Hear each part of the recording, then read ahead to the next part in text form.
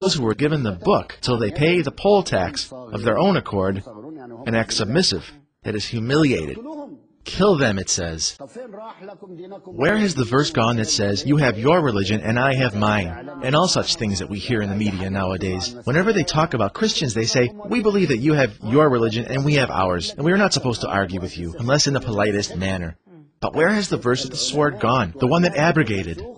The scholars of abrogation say that the verse of the sword, they call it the verse of the sword, has abrogated 124 verses. So you have 124 verses in the Quran. Yes, but they are null and void. Isn't it possible that they would claim those verses are still effective, and it is rather the verse of the sword that has been abrogated? Is it possible, or is what you are saying certain according to the Muslim scholars? You know, there is a rule in the Quran which is worth mentioning too. It says that verses that come later abrogate verses coming prior to them. Namely, Surah 9, Al-Tawbah abrogated the verses preceding it. Surah 9, Al-Tawbah, for your knowledge, according to Muhammad, is the last surah that has been sent down to him, the last one of all. It is the only surah that does not have in the name of the merciful and mercy-giving God as a heading. It was the last one, and after that, he died. Not done yet. We've already spoken about that whose writing has been abrogated and whose ruling is still effective, and that whose ruling has been abrogated and whose writing still remains. And now remains the third type, whose writing and rulings altogether have been abrogated. Both together.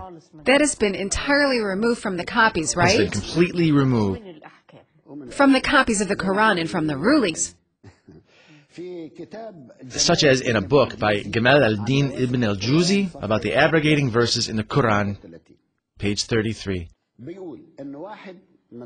He says that a companion woke up during the night and tried to recall a verse that the messenger told to them it was revealed to him, and he could only remember of it the part saying, in the name of the merciful and mercy-giving God. So he betook himself, went to the Prophet in the morning in order to ask him. But he found a crowd as well there, and upon asking them about what they want, they answered, it is about the verse that the Prophet mentioned yesterday. We forgot it. He said, the same thing happened to me. I forgot it as well. They said, okay, let's ask the Prophet. So when the Prophet came, they asked him. And it says, this book says so. He spent an hour till he answered. He was also trying to remember the verse, and he couldn't recall it. And it comes back to whatever verse we cancel or cause to be forgotten, we provide one better than it, or at least something similar to it. That is the principle of abrogation. Whatever verse we cancel or cause to be forgotten, we provide one better than it, or at least something similar to it. And this is originally the principle of abrogation in the Quran. So he forgot it, not just forgot it and said so, but after a whole hour of silence, he said to them, God has already abrogated it last night. And that's why it has been canceled from all of their minds. And from the Quran and from the rulings. Are you following? It has been totally nullified. Aisha says that Surah 33, Al-Ahzab, used to be 200 verses when the Prophet Muhammad narrated to them. Surah 33, Al-Ahzab, it used to be 200 verses. But in the copy of Uthman, only 73 verses of those remain. So where has this huge number gone? Non-existent. It has been abrogated, both in ruling and in writing. Are you following? Umar ibn al-Khattab said, and his words are recorded and are in all the books about abrogation, as well as in this book. Umar ibn al-Khattab said, would you please repeat the name of the reference so that our dear viewers would be able to refer to it? Gamal al-Din ibn al-Juzi an Nawasikh al-Quran, and Abu Ghafr al-Nahas. Also, his book is called Al-Nasikh wal-Mansukh. What does Omar say? A lot of the Quran has disappeared. Non-existent. You can also find this in Al-Suyuti's Al-Atqan fi Ulum al-Quran, page 56. It's there. A lot of the Quran has disappeared, and it's no more there. Now, where has it gone? They say it has been abrogated. These, then, are the types of abrogation, all three of them. Okay. Now we come to a very serious and important question. What is the danger about abrogation? Now you're talking. How dangerous is it? That's right. Someone may say, well, it doesn't really matter if they are there or not, whether they have been abrogated or not. Well, it is God's will. That's what the director wants. Do you have any problem with that? Well, no, you can't say, this is simply his will. Hold your horses. And how is that? Because this abrogation, this principle, conflicts with the statement in Surah 6, Al-An'am, verse 34, as well as many other verses, which state there's no way to change God's words. There's no way to alter God's words.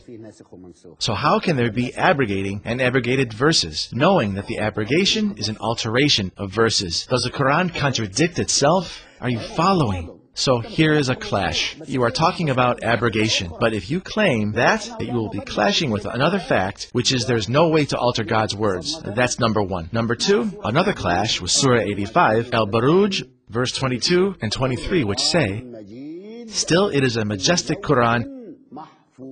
It is preserved on a guarded tablet. So then, this preserved tablet, did it contain the abrogating and abrogated verses, or the abrogating ones only, or the abrogated ones only? Or does it itself contain clashes and contradictions? And does God, in this preserved tablet, not know the events that would transpire, so that He would put this and replace it with that, then adapt it with this? Okay, when Muhammad forgot the verse, wasn't it in the preserved tablet? Couldn't Gabriel have reminded him of it? Once again, couldn't he have joggled his memory? So there is a clash. The issue cannot be simply solved. Anyone wanting to think with a 21st century mentality must, by necessity, grab hold with these issues. But if you want to follow the mentality of the Bedouins, or the ignorant of the first Hijri century, then you can remain in their ignorance. Never mind being a fool, as long as you can make a living. Inconceivable. So the issue contains a clash. You know, it has a further clash with something else. Surah 15, Al-Hijr, verse 9, which says, we ourselves have sent down the reminder, just as we are safeguarding it.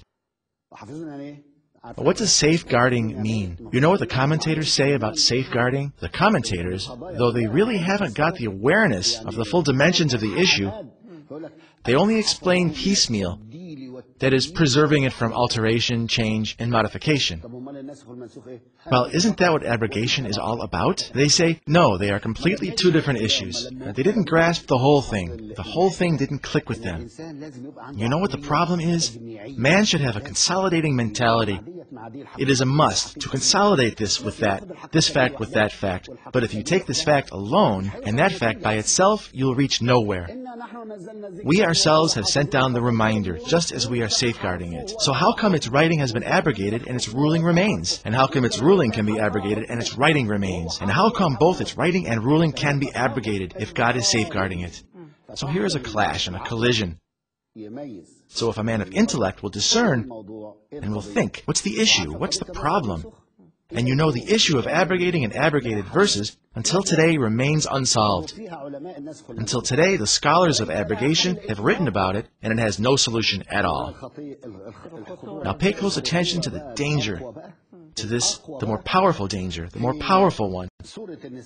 In Surah 4, Al-Nisa, verse 82, where it says, if it had come from some other source than God, they would have found a great deal of contradiction in it. Yes, the verse once again.